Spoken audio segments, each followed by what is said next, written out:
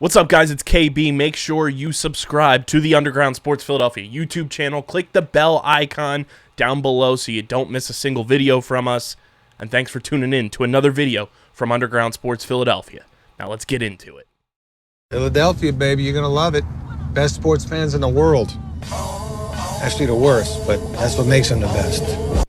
What is going on, OTB Nation? Welcome into episode number 257 of the allegedly award-nominated number 9 NCAA ranked, still sort of Shrek ranked. I saw Shrek is alive and well on Instagram. Liked our most recent clip there. So Shrek, same thing on Twitter. He's alive. I've seen some stuff. Need the rankings back, Shrek. And of course, viewable on YouTube. Outside the Box podcast, the official lacrosse podcast on the Underground Sports Philadelphia Podcast Network. It's KB and the dress to impressed Deej, one-upping me. I felt underdressed coming into tonight's episode. If you're not watching on YouTube, you should be. Deej stood me up. He came ready to play. It wasn't on purpose, all right? I just got this promotion, if you want to call it, at work, you know? We dropped a new station. We flipped the format. We had 2 different stations that were running in Kalamazoo and Battle Creek. It was 70s and 80s and alternative respective. We flipped those to R&B, and they made me the brand manager. I'm in control of the whole thing. I get the last say of what goes on, but also if something goes wrong, it's also my fault. So I'm kind of in, the upper echelon of radio. I am in control of an entire brand, which means I kind of got to dress the part every so often. You hit him with a look at me. I'm the captain now. Look at me. I'm the captain now. This is mine. We got a big show to unpack for you guys. We're going to recap the week that was in the NLL. More trades happening, which is exciting for this time of the year with the NLL. Some early trades going on, some big ones as well. We'll dive into all of that. We'll get into Week 8 as we got a nice little 4-game slate of NLL action this weekend. And then, of course, we got some PLL retirements to dive into, and we'll talk about those two and what it means for the landscape of those teams, potential moves in free agency and stuff like that. But before we dive into all that, make sure you guys are following us on the socials at OTB Laxpod, Twitter, Instagram. We've been a little more active on the Instagram because your boy learned from the GOAT, Jake Dippold, our new Getting the Whole Podcast co-host, taught me how to clip properly with a fancy little app, and it's working. We're doing numbies with the clips now, so the clips are out. So follow us on both Twitter and Instagram. Follow Deej on Twitter at SCS_next. Follow me at KBIZZL311. Subscribe to the podcast feed on Apple Podcasts, Spotify, wherever you get your podcasts. Leave those 5-star ratings and reviews. It does go a long way for helping the show continue to grow. We're trying to take this thing to a new level. You leave a review, more people, get their eyes and ears on the pod. We get on the charts. It helps us grow, helps look good for potential advertisers as well. We're trying to take this thing to the next level. So go subscribe, leave a 5-star review on Apple and Spotify, and subscribe to the Underground Sports Philadelphia YouTube channel. That's where you get full video episodes of OTB and all of our podcasts on the network. You get shorts, OTB cast live streams, you get clips, interviews, all that good stuff happens on our YouTube channel, youtube.com/@undergroundsportsphiladelphia. We're at 358 subscribers, trying to hit that 1K mark, trying to get 400 by the end of January. I think we can still get there. We're on the brink. We get a nice little run here from OTB Nation coming through. We can hit that 400 milestone, but go subscribe to the YouTube. And while you're at it, go get your merch. It's the most effective and direct way to support Deej and I with everything we're doing with OTB and our company in general with Underground Sports. So go to PHI Apparel Company. They're our exclusive merch partners. There's no doubt that when you guys are rocking OTB merch at your favorite NLL team's arena, when you go out on the road for the PLL this summer, going to your favorite colleges, games in the spring, and very soon, season starting up pretty quickly, you're going to stand out in the crowd with your official OTB merch. You guys can go to phiapparel.co and use code UNDERGROUND for 10% off any and all merch. Includes hoodies. The OTB hoodies are fire. fire. They're mint. Go get them. Run it up. Get the OTB logo shirt. And when you get your stuff, tag us on Instagram, tweet at us that you got your merch because we want to see where you're repping OTB at across the nation. That's phiapparel.co. Use code underground, 10% off your order. DJ, was a wild week 7 in the NLL. We got made to look like a bit of dummies, in our picks, but that happens. Sometimes you have a down week. But looking back at it here, Friday started off with a bang. 2 overtime games on Friday the 13th. Albany wins 11-10 over Halifax. Saskatchewan falls to Colorado 11-10 in overtime.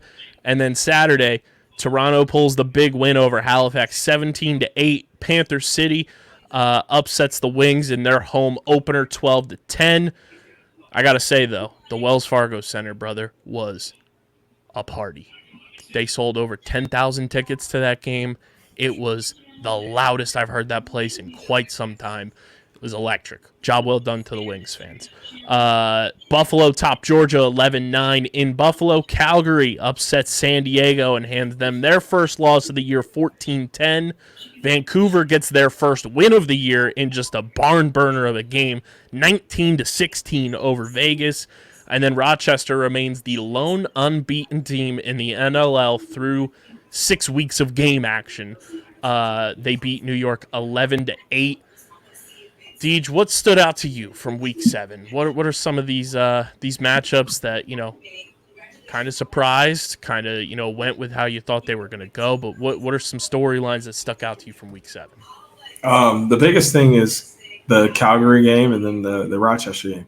For the simple fact that it left one unbeaten team left. Like what I said a few weeks ago with Rochester being the best team in the league, that might just be true at this point. You know what I'm saying? Like San Diego went in looking like the best team in the league so far, looking like an unbeatable team, looking like a team that we couldn't pick against. And now they've lost. Now their formula has been cracked. Teams can look at this footage and look at what Calgary has done to pick apart, their team and be in a competitive game against San Diego. At this point, you can't really do that with Rochester. Like, sure, you can be in a competitive game with them, but nobody has figured out that key thing that keeps them from winning the game. Rochester has figured out how to win every game up until this point, separating them from everyone else. That was like the main thing I saw this weekend. Other than that, it was just pure effort across the board. It was just flat out the team that wanted it more that day was the team that won. That's what I saw in the rest of the games that weekend. It was just the team that showed up and wanted it was the team that won. And it sucks for Halifax. That was another big thing. Halifax going 0-2 on the weekend was not something I saw. It was definitely a 1-1. I definitely saw more of a 1-1 kind of thing coming from them, which is what I picked. Win the first game, lose the second. I didn't see them beating Toronto either way due to Toronto's how things shaped out for them the last couple of weeks, how they felt they played as a team. I felt like they were going to come out and have a good game this weekend, which they did. Almost pretty much dominated Halifax in that game. That's almost what I expected. But the showing they put out Friday night was a little skeptical to me, truly. Yeah. I was at Panther City at Philadelphia. First half looked phenomenal for the Wings. They were clicking on all cylinders. Joe Resiteritz and Chad Tutton got their warm welcomes to Philadelphia, which was awesome. It's always good to see the new players and see how the Wings fans respond, and it's always electric. The crowd was incredible. The post-game meet and greet is back at the Wells Fargo Center for Wings games too. So after the game, you can go and grab a beer and hang out with the players after the game, which is always a blast. I don't know what happened in the third quarter in that game. Things kind of just started to derail a little bit. I don't know if guys got too comfortable or not. But the turnovers became a big issue in the second half for the Wings, and that's what ultimately cost them that game. Panther City picked up 77 loose balls in that game when it was all said and done. I think the Wings ended up with 53, if I'm not mistaken. Don't fact check me. But it was one of those things where it was just like everything that went right in the first half went wrong in the second half. It was a physical game, more physical than I anticipated it being. From what I've seen from Panther City in the past, they're more of a speed finesse type of team, and they still have that speed, man. Watching them in person is great. It's tough to keep up like with your eyes. It's like watching a game of like Atari Pong just on like turbo speed. They get up and down the floor so quickly, and now they added Callum Crawford to the mix, which we'll get into in a little bit. But I think the Wings are going to be okay. I think it was one of those things that they kind of needed that wake-up call in a sense. You know, they're 2-2 after the first month. That's not terrible. It could be much worse. Obviously, like if one ball bounces the wrong way, they lose that Georgia game. They're 1-3, and then you're really like, oh shit. 2-2 is not terrible for this team, and now it's just 14 straight against the East for them from here on out. They don't have any more West Division matchups, and they have 4 straight at home, including that Panther City game. So I think they're going to be fine. I think being at home will kind of help them settle a little bit too, and be a little bit more comfortable at the Wells Fargo Center. Big test this week against Toronto, especially now with the time switched up for the start time. It's an afternoon game because of the Eagles postseason game happening on Saturday night. So a little bit of an earlier start than what was anticipated, but I still think it's going to be an unbelievable atmosphere at the Wells Fargo Center, especially if everybody comes out and tailgates at the Wings game. Just go pregame at the Wings game because it's 2-on-5 day at the Wings game. $2 soft pretzels, $1 hot dogs, $5 beers. Where are you going to get a $5 beer? Tailgating, going anywhere? Nowhere. Plus, you're getting a fucking electric atmosphere between 2 awesome teams at the Wells Fargo Center, between Philly and Toronto. Go to the Wings game, and then go to the Eagles game afterwards. It's a no-brainer. Buffalo is Buffalo. They're fine. Like, I think a lot of people overreacted a little bit to some of their early offensive struggles, but I think they're fine. They made a trade today that I think is going to enhance them big time. Calgary's for real. Let's just put it that way. Calgary's legit. They're going to be a force. Josh Courier being on that team is a big boost for them.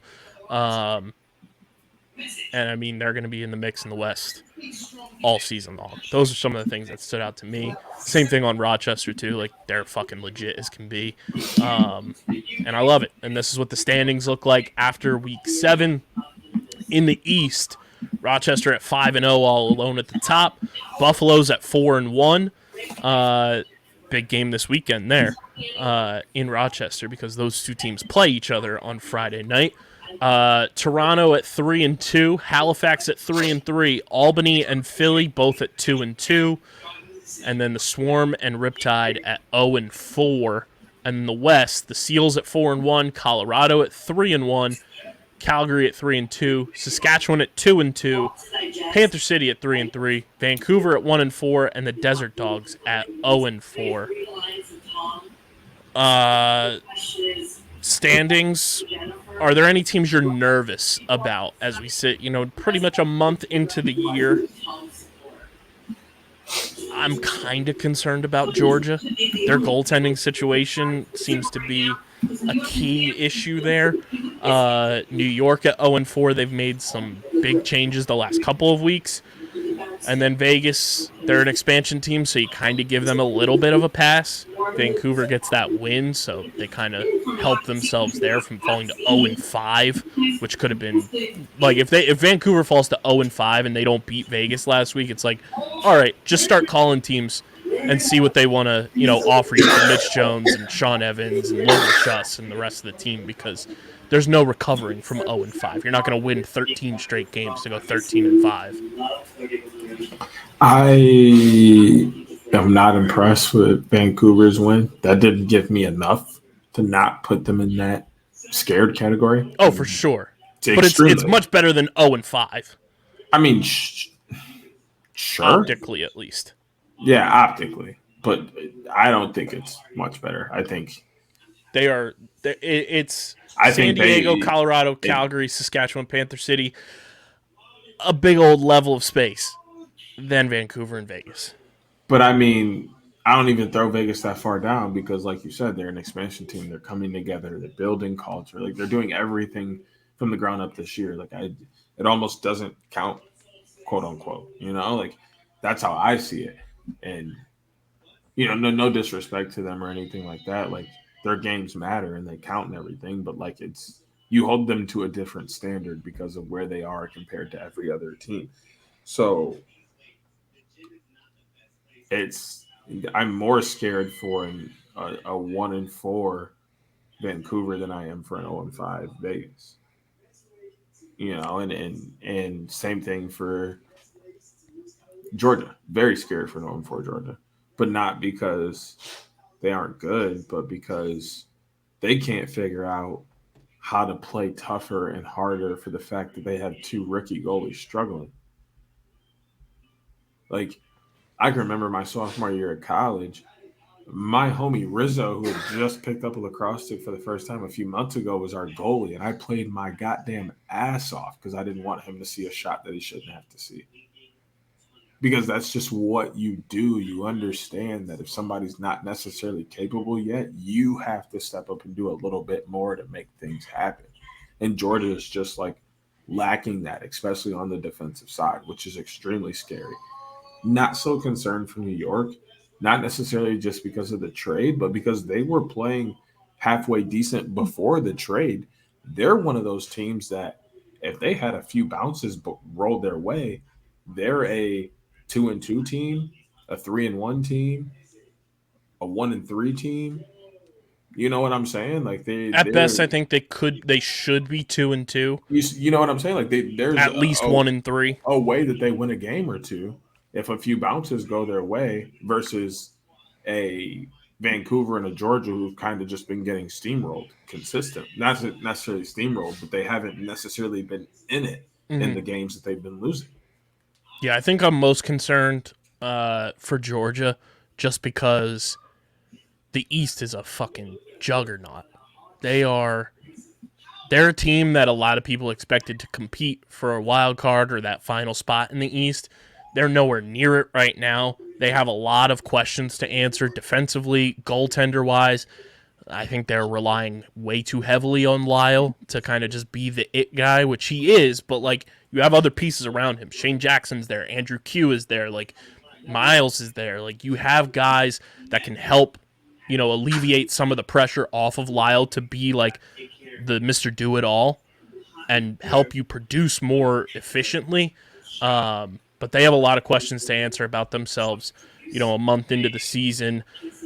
As for everybody else, like I think they're either exceeding expectations or kind of right where they should be for the most part. So I'm not too concerned about really anybody else except for those bottom four. But Deej, before we get into the OTB awards for Week 7, we'll get into some of the trades that went down this week. Started off with the Philadelphia Wings making a big move with the Albany Firewolves. I want to pull up the exact details here. Here we go. So Albany traded Tate Catoni to the Philadelphia Wings in exchange for a third-round pick in the 2024 entry draft. I love this move. Tate was a highly touted prospect coming out his draft year in 2021. He was on the practice squad for Albany. On that left side, it helps a ton for this Wings team who needs that athleticism and speed. Corresponding move, the Wings release Corey Vitarelli. I think this move more so tells me the boy, Kyle Jackson, isn't playing this year because KJ got a new job in Connecticut at a boarding school as kind of like head of lacrosse operations. Something along those lines, not exact. It's in his Twitter bio. Go check it out. So even if we do see KJ, I don't think it'll be until like March or April as like one of those late season come on back and let him get ready for the chaos season. But I like this acquisition for Tate Catoni. He plays for Paul Day with Peterborough in the summer, so he knows him very well. He knows Joe Resiteritz very well, knows Kyle Matisse. It's a perfect fit, and you're not giving up much. Like a third-round pick in 2024 fine. If you're telling me that Tate Katoni is your draft in the third round in 2024, that's a steal for the Wings, and I love this move.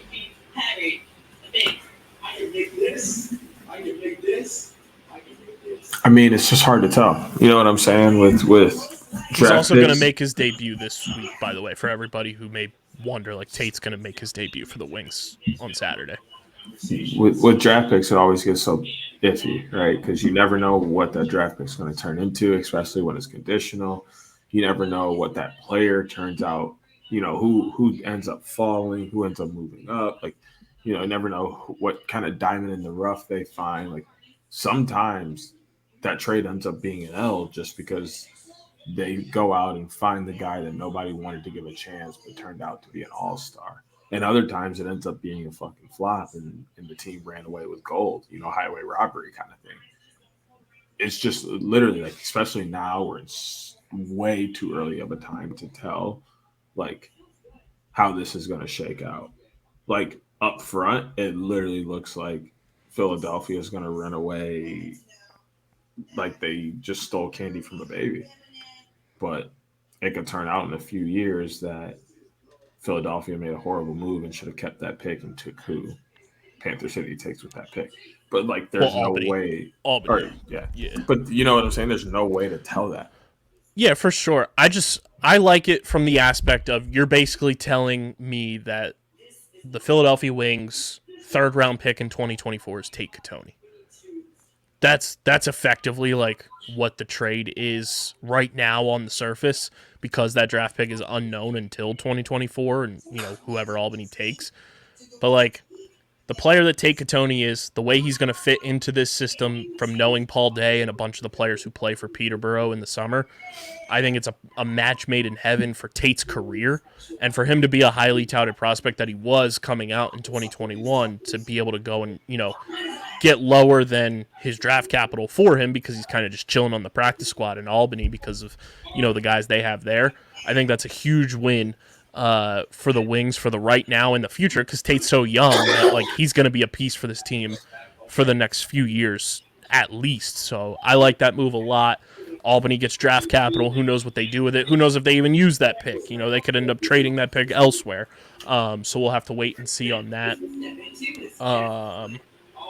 Then we have the next move, which was the one that shook the internet. The New York Riptide traded Callum Crawford to Panther City in exchange for Colton Lidstone, Kevin Orleman, Petey LaSalla, a fourth-round selection in 2023, a second-round selection in 2024, and a second-round selection in 2025. And in a corresponding move, the Riptide also signed Brett Hickey to the active roster on a one-year deal.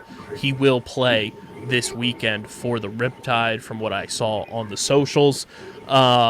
Massive trade. A lot of it, was part of Callum and his traveling. It got to be a little too much with him living in Oklahoma. So he's a little bit closer to home now, playing in Fort Worth. Huge, put your money where your mouth is move. Put your balls on the table, Rich Lisk. Trading Callum Crawford, a guy that he knows very well from both of their times in New England with the Black Wolves at the time. But you get a bunch of youth, you get a bunch of picks if you're New York. Petey LaSalle is the all-time face-off leader at Virginia in team history. So they get a face-off guy who could, be in the mix for them if he decides to sign. I don't know if he signed per se. I don't know what his contract situation was with Panther City. But a big-time move on both ends. And, Panther City kind of pushes their chips in the middle and it's like, hey, we're one big piece away with this young core to really compete in the West. Let's go get a guy who has the stature and, the qualities that Callum Crawford has. Yeah, this obviously kind of took me aback as a unofficial, but not official, but not really, but really a Riptide fan. It was just like, like Callum's like a guy that they kind of built around and set the offense around. Like, you didn't expect him to ever kind of be on the trade block in this early of a scenario. But as a possible Riptide fan that's not really a Riptide fan but could be a Riptide fan sometime soon, this is really exciting because it shows that not only did they make the right move and, you know, GM stepping down / firing whatever they did out there and appointing new GM, but he's also made a move to start rebuilding the team. Even, taking in 3 younger guys, taking in those picks that they got, getting rid of a guy as great as Callum Crawford is, as talented as he is, as much as he's going to give to the offense, he is in a later part of his career, and he probably had the most trade stock on the team. So if you are going not named Jeff Teat, right, because you're not trading Jeff, and you're probably not trading Larson Sundown. Those are the only and 2. Connor Kiernan because of the contract he signed. Right. And then, other than, I don't even think they were even thinking of. I don't think Connor Kieran wants to, go anywhere. So other than that, the only 2 you could really trade and get anything significant back for are Teat and Sundown, who I feel are untradeable. They've been marked untradeable. So to go out and trade a guy like Callum Crawford is a ballsy move. But what you got back in return sets you ransom. It sets you up in the future for a great success if you're able to use those picks correctly. That's the biggest thing. That's always the biggest thing with trades that come with picks is how do players fall? How do you draft? How do you develop those players? You could run off. Like, literally, this could be a king's ransom if those 3 picks end up being great players and they develop them the right way. Doesn't matter what Callum Crawford goes down there and does. This was a steal of a trade for New York. And on the flip side, like those are now 3 additional picks Rich Lisk has while he's the acting GM, or if he stays in that role, moving forward, you use them for a trade. Yep. It could be used for a trade, or, he just uses those kids and drafts them. Use those picks and drafts them. But just as long as it's done the right way, picks the right player that'll fit into their team, their play scheme, but also their personality and their vibe as a team, like, that's important. You have to fit into the culture of the team. That's a big part of it. Like, you'll hear a lot of D1 coaches say, I know what kind of guys I'm looking for out on the field. The guys that give effort, that have the skill, that have the size and all of that. We know what they're looking for physically, but what are you like mentally? What are you like as a person? What are you like personality-wise? You have to fit into a team's family-like atmosphere before you even really get a chance to shine on the field. And if that's not there, you're going to get outed quick. So that's another big part of it too, is picking the right kids and then developing the right way. So those picks could be a make or break. I'm totally blank. Is Teat lefty or righty? Lefty. I'm just looking here to see. Something tells me I could be tinfoil hatting right now for everybody at home, so take it with a grain of salt. Something tells me if Vancouver trades off one of their big pieces, New York's going to be in the mix. I mean, who else can they really get in the mix other than Vegas and maybe Panther City? You know what I'm saying? Like, I mean, I think this is a league where, like, you could see anybody get in the mix for a player just because of the type of league it is. Well, but I mean, I'm already counting out San Diego. What do they really have to offer? Well, yeah, I'd say San Diego and Buffalo, they're kind of off the table. What does Toronto really have to offer? Toronto's probably off the table. Calgary doesn't really have too much to offer either, to be honest. I could see them, though. Like, you could almost say Colorado doesn't have too much to offer either. Yeah. I think Calgary's a sneaky one. And at this point, Rochester, do they really have anything to offer? And not from a standpoint of, like, don't have guys that could be traded, more from a standpoint of, do they want to break up that culture in that team? They're fucking balling right now. Do you? Really I can see Rochester more so going and trading for, like, transition or defense, unless it's pure, like, they're giving nothing back but picks. Yeah, but I don't see them taking anybody off that team. But it's so hard doing purely picks for a guy. You know what I'm saying? Because it's like I mentioned before, you don't know what's going to happen with that pick. It could be an all-star, but it also could be the worst decision of your life. And you traded away a guy that you know. You know what I'm saying? That's if you win a championship, it doesn't matter. That's fair. But also, And that's what some of these teams are going to be thinking wise, like at the deadline when that rolls around in like March or April, whenever it is. They're going to be like, we're making an all-in move to try to win a championship, because you look at the teams that are in the mix, like San Diego, Calgary, Colorado, Saskatchewan, Panther City in the West, and then you got, Philly, Albany, Buffalo, Toronto, Halifax, and Rochester in the East right now. That's going to be all out, balls to the wall to try to claim all those postseason spots where there's only, one wild card between the East and West, and then it's top in the East, top in the West. You gotta do what it takes to just get into the dance, and that's what we saw last year. You just got to get in, and anybody can win it. I like this trade, especially the corresponding move to go get Brett Hickey after he got released from Calgary. I think that's a big move for the Riptide there. And then today, as we record this on Thursday, Albany getting in the mix with Buffalo on a trade. They sent Adam Bomberry to the Bandits in exchange for practice player Thomas Mason. And in a corresponding move, Albany placed Connor Kelly on the active roster from the short-term holdout list. So it looks like CK Fody is on his way to playing with the Firewolves. Yeah, I didn't understand the 1-for-1 in this. Thought there would have been some picks involved or something like that. But once again, I'm not a GM, so not really my decision to make. And it's tough moving around these kind of pieces. And it may have just been a situation where they felt like they didn't have the space for Adam and felt he should be somewhere where he is going to play and get that kind of, opportunity to shine.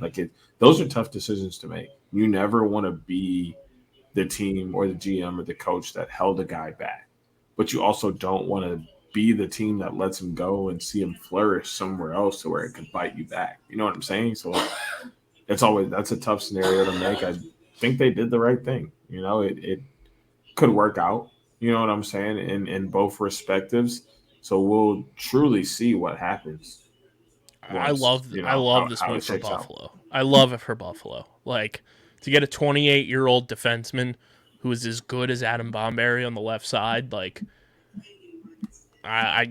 if you're a Bandits fan, you should be doing backflips when you see that trade. No offense to Thomas Vason, but Adam Bomberry is a proven commodity in this league. He knows what it takes to win, and you're adding him to a team that has championship aspirations. The Bandits have to be thrilled to have pulled off that move. So, congrats to Bandit Land on that one. But Deej, let's get to your state of the fandom. It's brought to you by our friends over at Tomahawk Shades, the best small batch eyewear in the game. You guys can go to tomahawkshades.com and use code USP for 25% off your order of sunglasses, blue light glasses, snow goggles, shirts, hoodies, watches. They've got it all at tomahawkshades.com. Stay styling and profiling all through the winter and into the spring and summer with our friends at Tomahawk Shades. Use that code USP for 25% off your order. Deej, last week you eliminated the Vancouver Warriors from your fandom. How's it looking this week after a wild Week 7?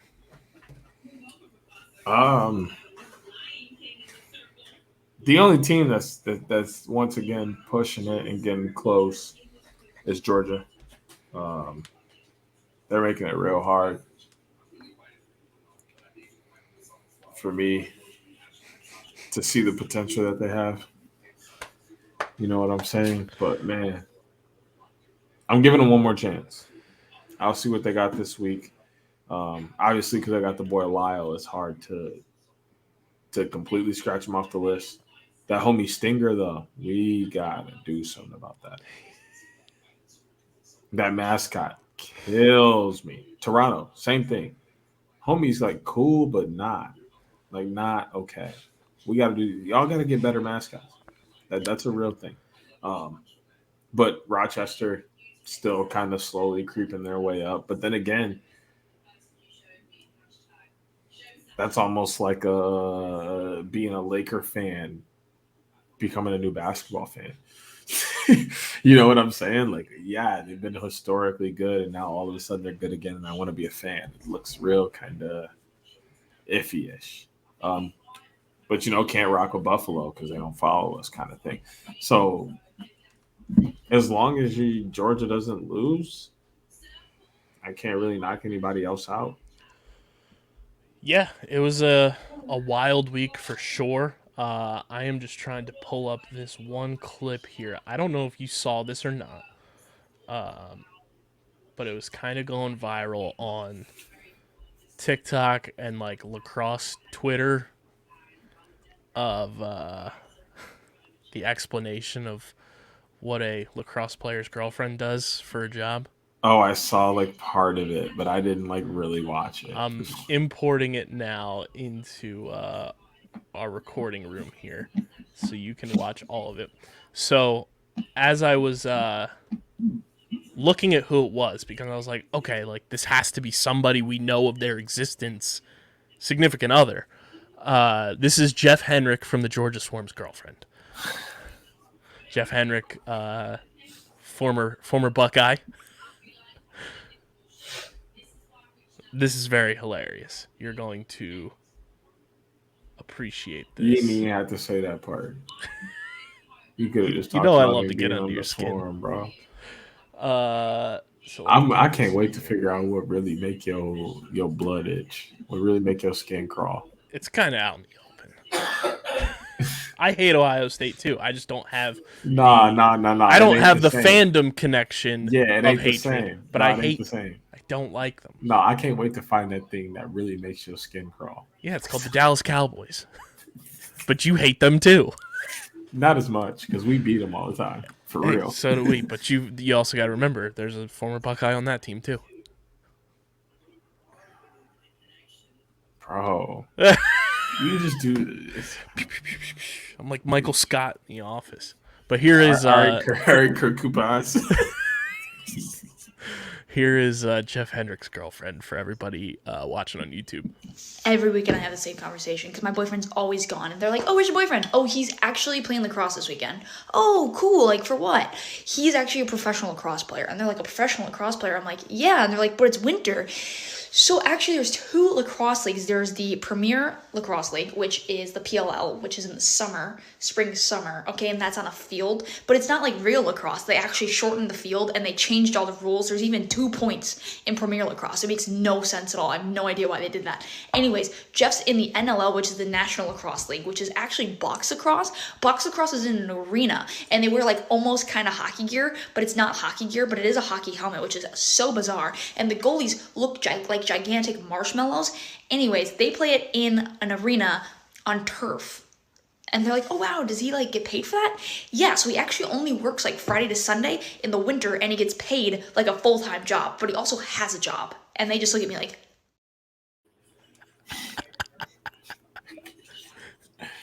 yeah. What a video. Yeah, the NLL in a nutshell. Professional lacrosse in a nutshell. Shout out Jeff Henrick and Jeff Henrick's girlfriend. Hilarious clip. But there's the state of the fandom, which brings us to the Week 7 OTB Awards brought to you by our friends over at Trophy Smack. Guys, there's no better way to upgrade your fantasy smack talk than with our friends at Trophy Smack. I just got the email yesterday, Deej. They got those last place new trophies in. It said viewer discretion is advised, adults only, because they got a golden toilet seat for your last place fantasy finishers. Go check that out. They got the belts, they got the rings, the trophies, the metal wall art, and now your last place finishers as well. You guys go to trophysmack.com/underground and upgrade your fantasy smack talk today. That's trophysmack.com/underground, trophysmack.com/underground. Upgrade your fantasy smack talk. Let's get into the Week 7 OTB Awards, Deej. Crazy amount of stats across the board that popped off this past week. I'm looking here just from a perspective of goalies. I think we got co-goalies again this week. I think Nick Rose balled out for Toronto against Halifax, and then I just want to make sure that this was who started. Rylan Hartley for Rochester gave up the fewest goals of the week. I'm cool with that. Also, want to shout out Dobby though. Brett Dobson had a fantastic week. Um, Granted, they did lose, but I mean, 46 and 11, 46 saves, only giving up 11 for the kind of season that those two goalies have had and how the defense and stuff has played in front of them. Against a Buffalo team, 46 saves, 11 goals allowed is a fantastic game for a rookie. So, shout out Brett Dobbs as well. But yeah, I'm cool with co-goalies of the week. Yeah, I think Rosie and Hartley get the nod from me. Offensive player of the week. There's a lot. There's a lot to sift through here. Oddly enough, I think we kind of have to dissect Vancouver a little bit. When you put up 19 as a squad, you got to see, who's out there balling. And oddly enough, a guy on the other team had 11 points this week. I think we got to put Rob Hellier in the discussion. 11 points for the Vegas Desert Dogs, 10 of them being assists. That's being a big team guy, helping your team score even in a loss. Looking at some of the other games here, Toronto obviously put up 17 as a squad, and the highest scorer from that contest was Tom Schreiber with 7 points. Even in a loss, 10 assists in a game is pretty bonkos. I'm kind of leaning Rob Hellier as our offensive player of the week. You say kind of bonkos? Kind of bonkos. That's full on bananas. Bonkos. Full on bananas. 10 assists in a game. Double-digit assists in a game, bro. Did you hear what you just said? 10. 10 of them things. We ain't say 2. He put up a 10-piece. 5, 8. We said 10. 1, 2, 3, 4, 5, 6, 7, 8, 9, 10. 10. Yeah, it's Rob Hellier. Gotta have it. Looking at that Toronto game, though, in terms of defensive player of the week, our good pal, Sarah Griffin, wrote about him for Lacrosse Flash this week. I'm pretty sure you can no longer say this guy's underrated because he's one of the best in the game. Brad Cree had himself a fucking game. 14 loose balls, 5 caused turnovers for Toronto in their big win over Halifax. Let me pull up the rest of the stats here. Where is he at? Brad Cree. He also had 2 assists in this game, and he had a block shot. I mean, I can't argue with that. 14 loosies is pretty legit. It's pretty wild.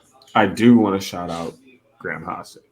Oh, yeah. He's back playing in that not producing stats, but guys are scared to dodge on me. Guys can't dodge on me. I'm the best defender in the world kind of game where he's not necessarily producing the cause turnovers, not picking up loosies, not getting out on assists, but he's just his presence out on the floor deters shots. It changes the way offensive plays. It makes a guy not want to dodge. Like being a defensive guy, that is just as impressive as 14 loosies because you're causing a turnover that doesn't show up on the score sheet.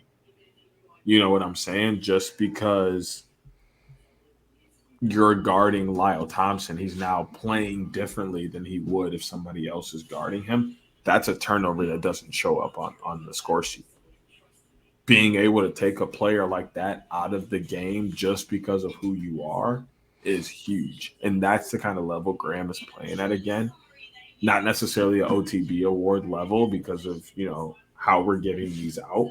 But he does deserve a shout out for the level of defensive prowess he's playing with at this moment. Yeah, big time. No doubt about it. And then looking at the rookie of the week, I mean, even in a loss, Jack Hanna continuing to produce, had 4 points in their game against Vancouver, 2 goals, 2 assists, 6 shots on goal, picked up a loose ball. He's going to be in the rookie of the year conversation no matter what. Another solid performance from him. I think Jack Hanna gets my nod once again for Rookie of the Week.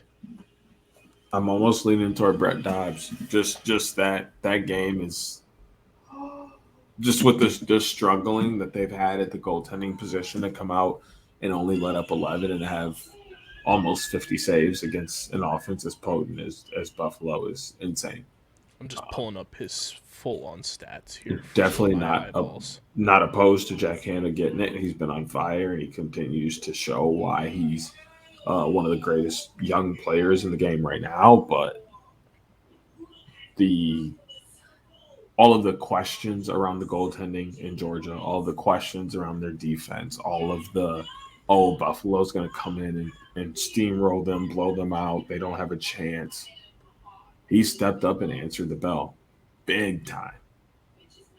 And to be a rookie playing against Dane Smith, Tehoka Nanticoke, Josh Byrne, Chase Frazier, guy after guy, that's fucking tough. And to stand in, 60 minutes and only give up 11 on, what is that, 57 shots total? That's insane. I'll go with that. I'll give a nod to Dobson. Do we want to go Co, or do we just want to?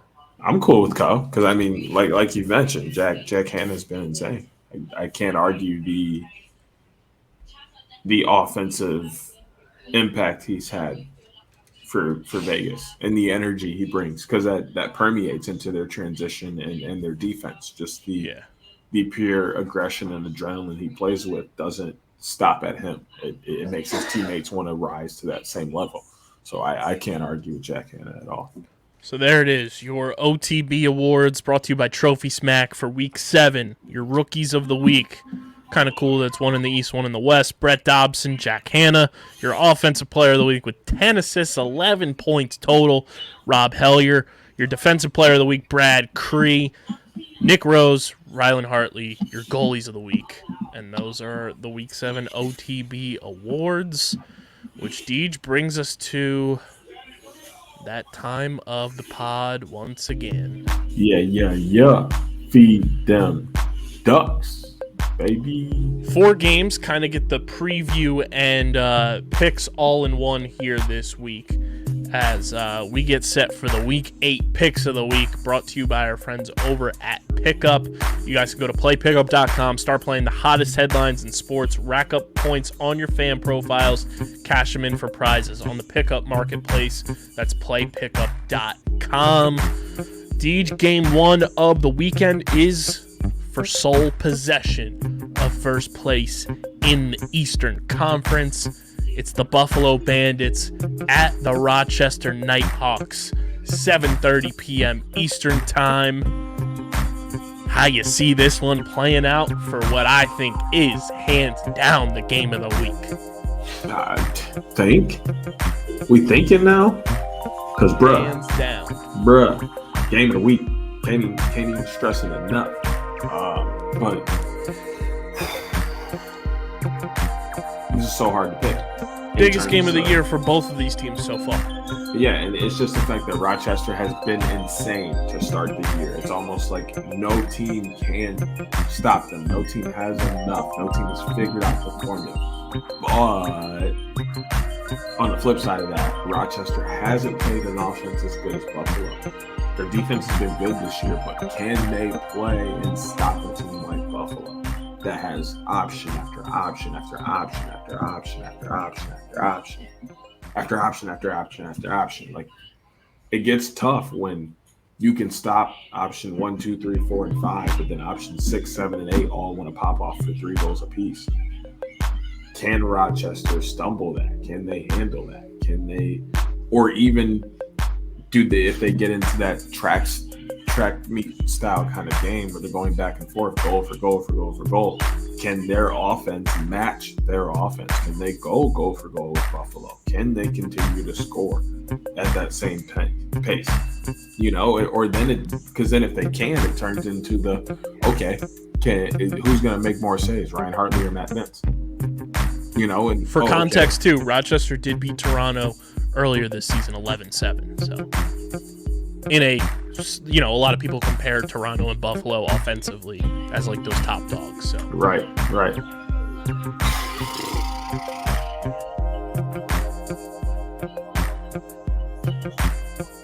I can't pick against Rochester right now. this is one of the hardest games we've had to pick all year to this point. I like that Rochester's at home. Put a little pebble on the scale there. This is their biggest test to this point so far. Toronto was that early in the season. And then, they've proven doubters wrong time and time again. Beat Albany, beat Panther City easily without Connor Fields, then went to New York and beat the Riptide this past week.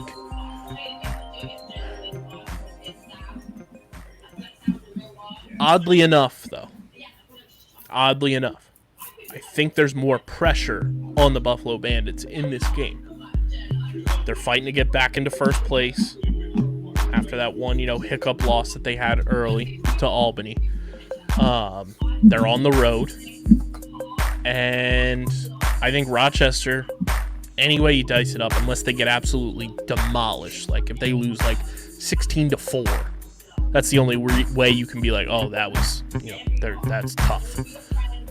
Rochester really has nothing to lose, though, in this game. So I think they'll be playing loose. I think Connor Fields has a nice little revenge on his mind. I'm going with you. I'm going to take Rochester in what I think will be a very close matchup. But I'm giving them the nod because they are at home. And Fields, he's got that revenge in the back of his mind from him getting traded to Vegas and then subsequently back to Rochester. Speaking of Vegas, we get a rematch of last week, this time in Vegas, 10:30 p.m. Eastern Time on Friday. Vancouver, Las Vegas, round 2. Will Vegas finally get their first win in franchise history? There's a lot riding for Vegas. You don't want to fall to 0-5. Vancouver, you don't want to fall to 1-5. Big matchup for these two teams. I am in the boat right now, though, that and we were the same way with Panther City last year, until Vegas can show me that they can win, I need to see it before I can pick it. So until I see that, I got to go with Vancouver. I'm going to go opposite of you here on this one. I think Vancouver last week was a flop. I think it was weird. I haven't necessarily bought into that, and it's tough to turn around and beat a team again. Vegas is tired of getting beat by the same teams. This is game 5 or 6 for them, and they've only played 3 teams. This week, game 5, I think. And they've only played 3 teams. I don't think they want to lose to Vegas or Vancouver after they already lost twice to Panther City. They don't want to lose twice to another team again. I think that factors into it, and I just think they're starting to find their groove. Even though they lost that game last week, it was 16-19 or something like that. Like it was a close game, and they're starting to catch their footing on the offensive side. Defensive transition just has a few things to squeeze out. But I like their chances turning around and playing this Vancouver team at home. They get fans to come out. They have energy at home. Maybe they can feed off of that and get a few bounces to their way. So there you have it. Then Saturday, we got 2 games, 1 o'clock Eastern Time. Switched up the time there for everybody. Toronto comes to Philadelphia for the first time this year. They got 3 matchups this year. It's the first of 3. 2 of them are in Philly. 2-1-5 day. It's going to be all-time vibes day in Philly. Between the Wings game, the Flyers and Sixers play on Saturday, and of course the big one, the Eagles hosting the Giants in the divisional round of the NFL playoffs. So Philly's going to be lit. It's going to be wild. You already know where I'm going with this one. I think Philly learns from the mistakes that they had against Panther City with the turnovers. They're more cautious with the ball. They're going to have to be more calculated against this Toronto team. I love the Trevor Baptiste versus TD Ierlan matchup at the Stripe. It's going to be a lot of fun there. Trevor's going for another milestone in his career. I think if he gets 23 face-off wins, he gets to some sort of, I forget what the number is. It might be 2,000. He'll be the fastest to 1,000. He'll beat Jake Withers by one game. So Trevor's got that for a personal accolade, and I'm sure the boys want to help him get to that as well. I think Philly wins a close one, kind of puts the demons of Toronto to rest, and finally gets a win over the Toronto Rock for the first time since I've been covering this team. Let the demons rise. Toronto, baby. I don't see it happen. Toronto's been dominating Philly the last few years. They have what it takes. TB's got his first pro goal ever. Not PLL, in the NLL. Got his first pro goal last week. He's feeling good. He's going to give a battle at the X. It's going to be hard for Trevor. He's not just going to be able to waltz in and get the possessions. Maybe TV spoils that chance for him to be the fastest face-off guy to 1,000. You know, there's so much on the line for TV. I'm kind of using that same point you used in the last game. There isn't really much on the line for Toronto. But Philadelphia is trying to break this streak against Toronto. They're trying to continue to prove that they're good enough. They're trying, to set these accolades. There's things on the line for Philadelphia that aren't on the line for Toronto. I'll say this too. I like Toronto. Dan Dawson placed on the injured list today. It's a big loss for Toronto. It is, but I'm cool with it. I'm going to still rock. Last game, Battle of New York in upstate New York. New York taking on Albany. First game post Callum Crawford era. This for me is a prove it to me type of situation for the Riptide. Can't pick you until you win. Got to see how the chemistry is without Callum, so I'm going Albany. Yep, I'm right there with you. But mine is just for the fact of that defense is good in Albany, and their offense is starting to click. And Connor Kelly is possibly stepping into this roster as well, with guys that he's used to playing with in the summer, and Ewok, Kieran Ricardo, etc. Like, I'm liking it. I don't see their offense necessarily slowing down against what is a good New York defense. Don't get me wrong, their defense has kind of been the best part of the team this year. Riptide defense has been good. Orleman has been good between the pipes, and now he's got his brother there with him. There's nothing like brother love. And them backing each other up, being there to say things to each other on the sideline, being there to point out things that the other can't see, being there as a supportive system. There's nothing more supportive than your family. Your blood family that truly loves you is going to be more supportive than anybody. And nobody knows that more than brothers that are blood brothers. No matter how far away from you are, you root harder for your brother than you root for anybody. So to have that so close, it could help out for them eventually, but I don't see it happening this week. When you said blood brothers, all I thought of was The Hangover and Zach Galifianakis saying, "Blood brothers."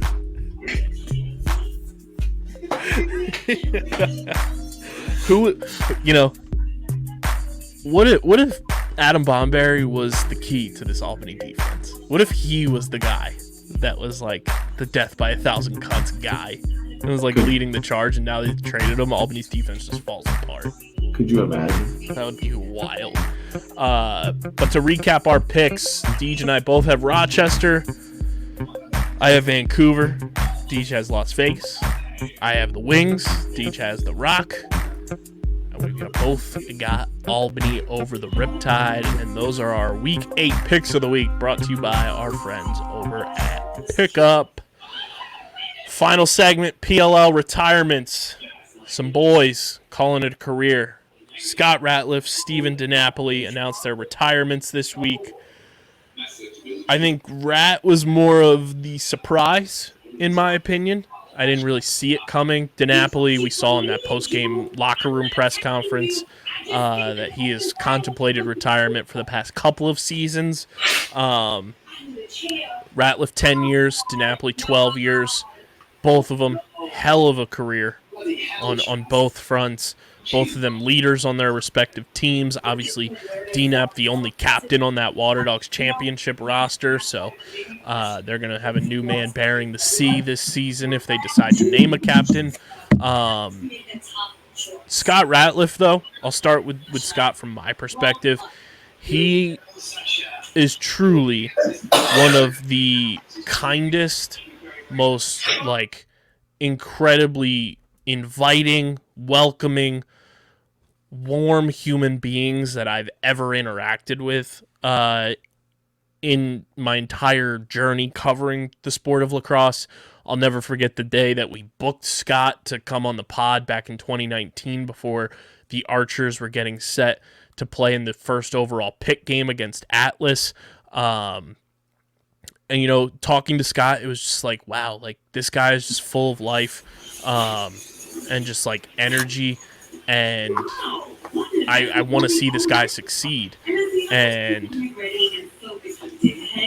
after that game, when the Archers won in just historic fashion, I saw Rad. He had his jersey off. He was celebrating. He had the Wells Crowther bandana on, and he just bear hugged me. And he was like, "You were right, man. You called it. The podcast bump happened. We did that."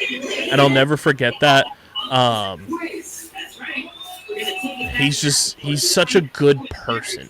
And I think that's one thing that everybody, when you bring up Scott Ratliff's name, he's just a genuine dude. And I'm going to miss that being around the summer travel schedule and seeing Scott Ratliff out there week in and week out. And I just can't thank him enough for always being so kind to us, so kind to this show, and just to anybody that he's ever interacted with. Yeah, I mean, watching him play from old highlights from his time at Loyola when I was first getting started to watching him down with the Florida Launch, the Atlanta Blaze, switching, Dallas Rattlers, switching over, getting some time into the PLL, and getting into the PLL with the Archers and everything. Now, and even this last year was a little weird. We talked about it, him wearing 32, him playing close D. There were kind of almost signs that he was on his way out, and nobody kind of really saw it. We mentioned it, but didn't think of it in that retrospect. But he's a guy who has left an impact on the league forever. He's changed the way lacrosse is viewed at an LSM standpoint. So many guys play like Scott Ratliff that play LSM now, which is bonkers to say, because that was a Brody Merrill before. That was a Dave Petramala kind of. There were so many other LSMs before that were so good that Scott Ratliff came and invented a new style of LSM, and that's what he's leaving behind. The same thing. And you look over at DNAP is wow. It's more just about his character as a guy.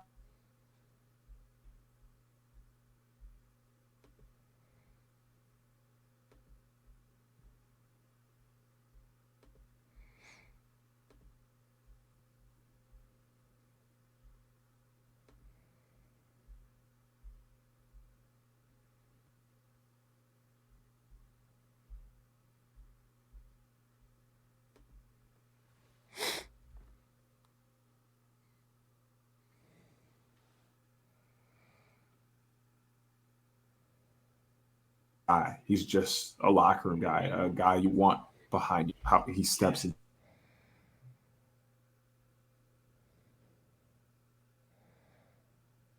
To the game or something like. Did you hear any of that? No. I don't think you heard it, but I'm pretty sure it got picked up. You were just frozen on the screen. I wondered did it pick up any of the audio. Yeah, I didn't hear anything you said.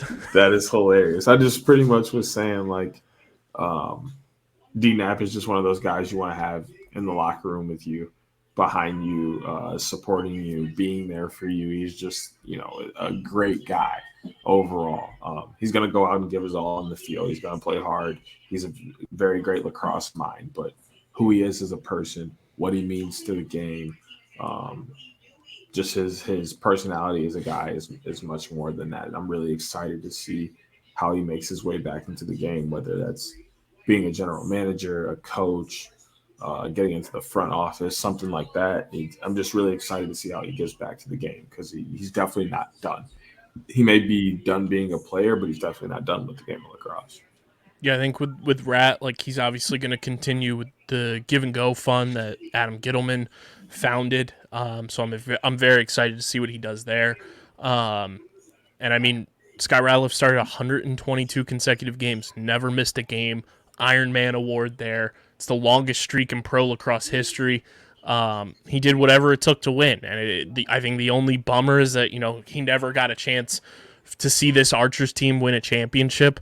Um, he's the 2017 Real Man of the MLL winner, 2018 Dave Huntley Man of the Year award winner, 2019 Wells Crowther Humanitarian Award winner. He's going to be a first ballot Hall of Famer. Make sure you guys go read Joe Keegan's article as well on the PLL website. It's a fantastic job. Amazing quotes in there from so many people in Scott Ratliff's, stratosphere.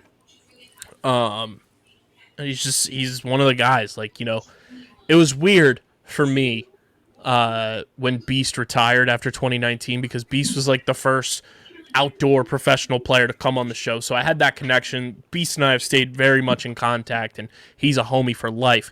But it was like I never really saw Beast play because obviously you guys know if you've been listening to the show, I didn't start covering lacrosse until 2018. So I didn't really know Greg like that from his MLL days. I just knew he was a fucking legend and he's the guy. But getting that opportunity to be up close and personal for so many years now with Scott Ratliff, when I saw the news, it was one of those you step back for a minute and it kind of shocks you a little bit, and it's damn, not gonna see the homie out on the field this summer. I can't thank Scott enough again just for how genuine he's been to me, to our show, to our company. The guy he is out on the field, the humanitarian that he is, he's just a genuine, all-around amazing human being. I'm excited for his next chapter with the Give and Go Fund. I hope he gets back in the booth as well because he's phenomenal at broadcasting the game of lacrosse. And I just, love you, brother. Congratulations on one hell of a career. And just keep being yourself. And then for DNAP, he's a leader.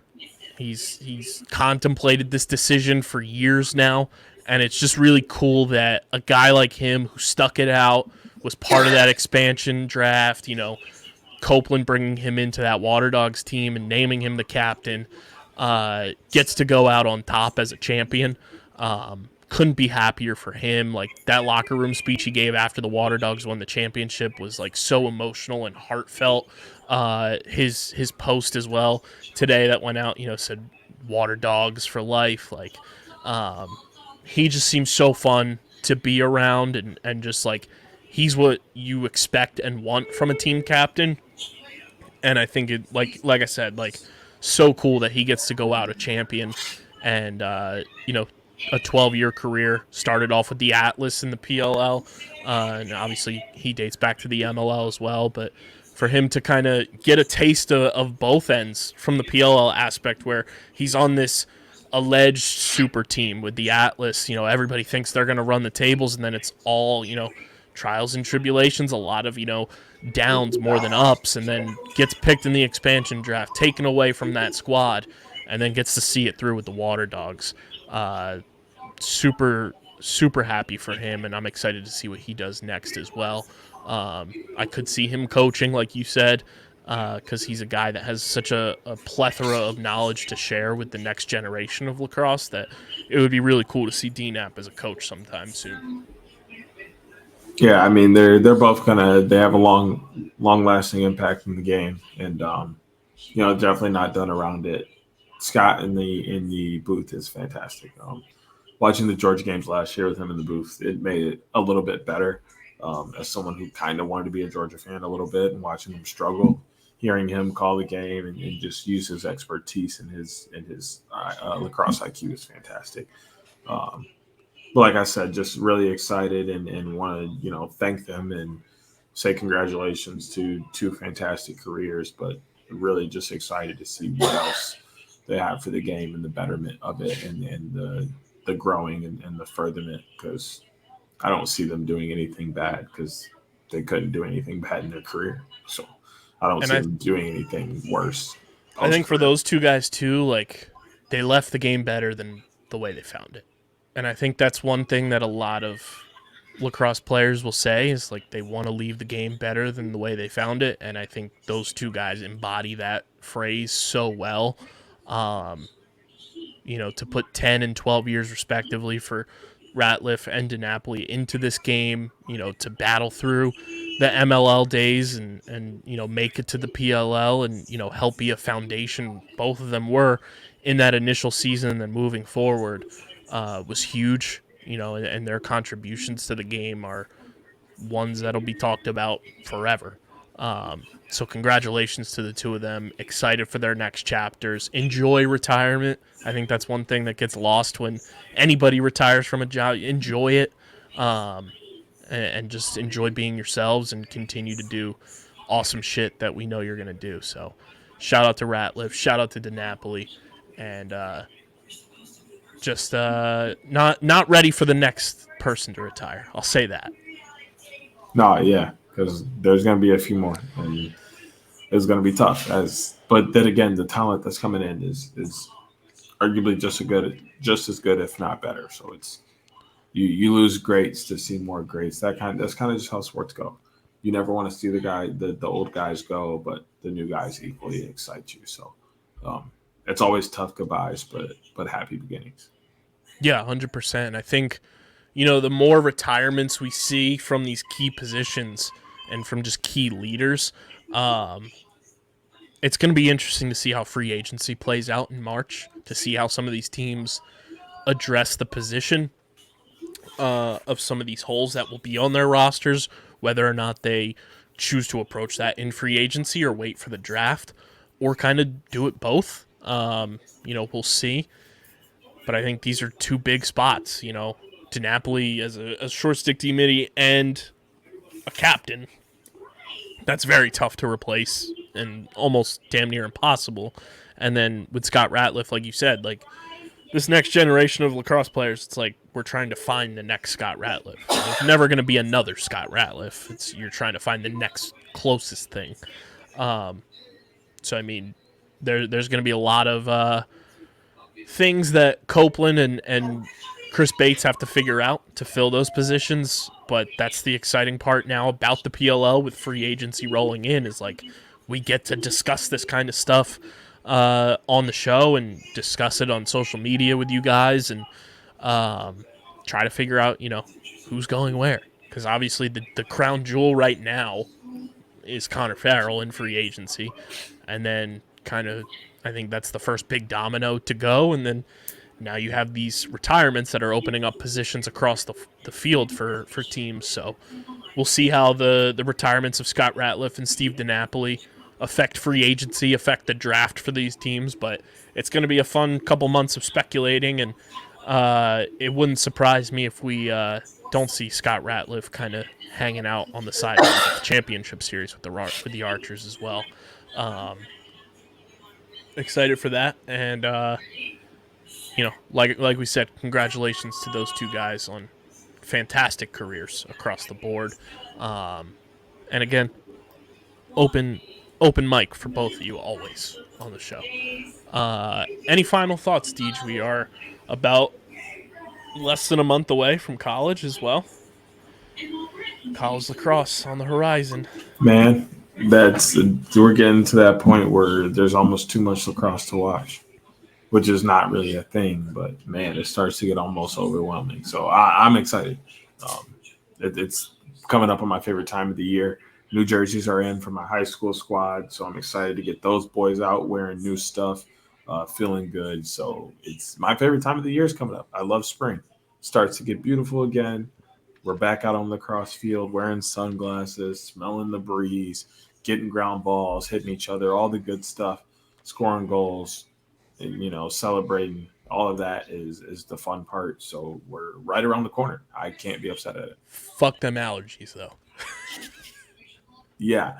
You're not wrong. The changing of the season, allergies is an L. Whew, biggest L ever. I'm glad Outside I don't have the pollen stuff, you're but a lucky son of a gun. nah, bro, because that first 3 weeks when it's going from cold to warm and it's you're going into work with a jacket but leaving without a jacket, like It's hell. that part of the year, no matter when the seasons change, fucks me so bad. It's happened this past week here because for whatever reason we've had like freezing bitter cold day, and then the next day it's like 60 degrees and sunny, and then I'm inside and I'm just like, I sound like fucking Brady from Hey Arnold, and I'm like, yeah, and I'm waiting for Helga Pataki to just punch me in the face. I'm hip. It's hell. But that's all we got for you guys on this one. Make sure you're following us on the socials at OTBLaxPod on Twitter and Instagram. Follow Deej on Twitter at SCS_NextGreat. Follow me at KBIZZL311. Subscribe to the podcast feed on Apple Podcasts, Spotify, wherever you get your podcasts. We are there. Leave a 5-star review. It really does help the show continue to grow, takes us to that next level, and helps us get on the charts. And subscribe to the Underground Sports Philadelphia YouTube channel. That's where you get full video episodes of all of our podcasts. You get OTB cast live streams. You get interviews, clips, shorts. It's all on the YouTube. We're at 358 subscribers. Trying to get to 400 by the end of the month. So subscribe. Smash that like button. Ring the bell icon. Comment down below your thoughts on everything we talked about on tonight's show. And make sure you get your merch, phiapparel.co. Use code underground. You get 10% off any and all merch orders. Get your OTB merch. Tag us on social media when you get it in because we want to see where you're repping OTB across the nation. But this has been episode number 257 of the allegedly award-nominated number 9 NCAA ranked and viewable on YouTube, Outside the Box Podcast, the official lacrosse podcast on the Underground Sports Philadelphia Podcast Network. For Deej, I'm KB. Till next time, enjoy this weekend's slate of games, and we'll talk to you next week. Peace. Peace.